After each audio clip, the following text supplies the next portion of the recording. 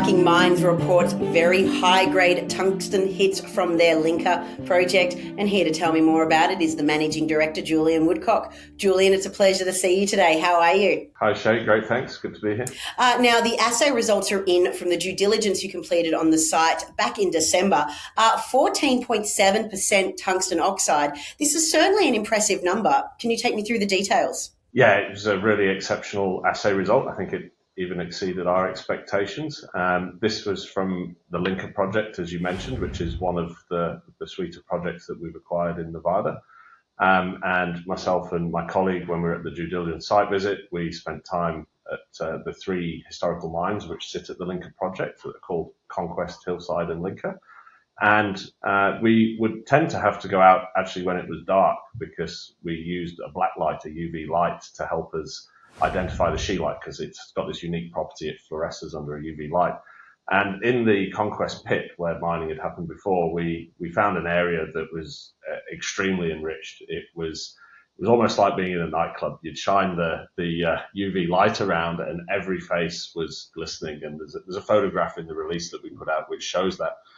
So we spent some time looking in that area and we took some rock chip samples from the face and we achieved the number that you've just mentioned, 14.7% WO3 or tungsten oxide.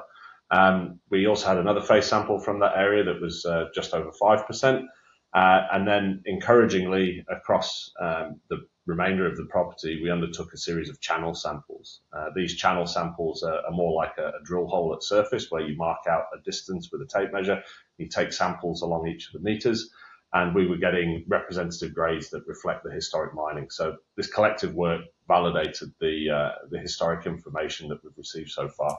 I know it certainly validates your decision to acquire this project. Now, I noticed in your announcement that there were other Pathfinder minerals in there, such as silver and bismuth.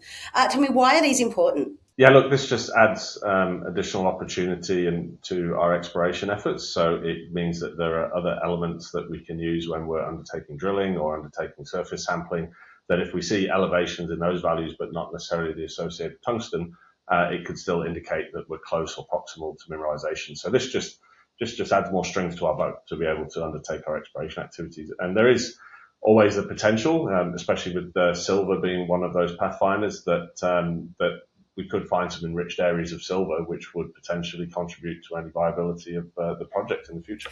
Now, I know you've certainly hit the ground running this year with this project. You've got some awesome momentum. What sort of news flow items can investors keep their eye out for? Yeah, you're right. We've been extremely busy on this.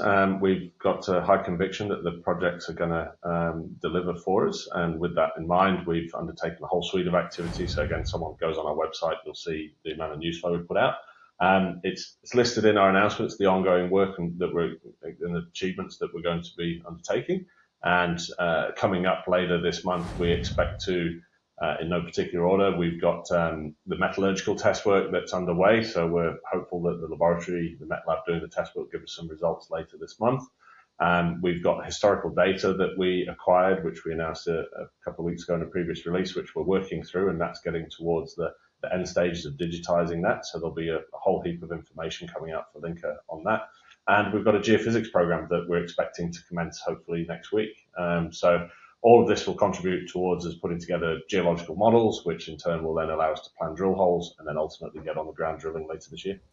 Julian, congratulations on the success of these results, and I look forward to future updates. Thanks, Shay.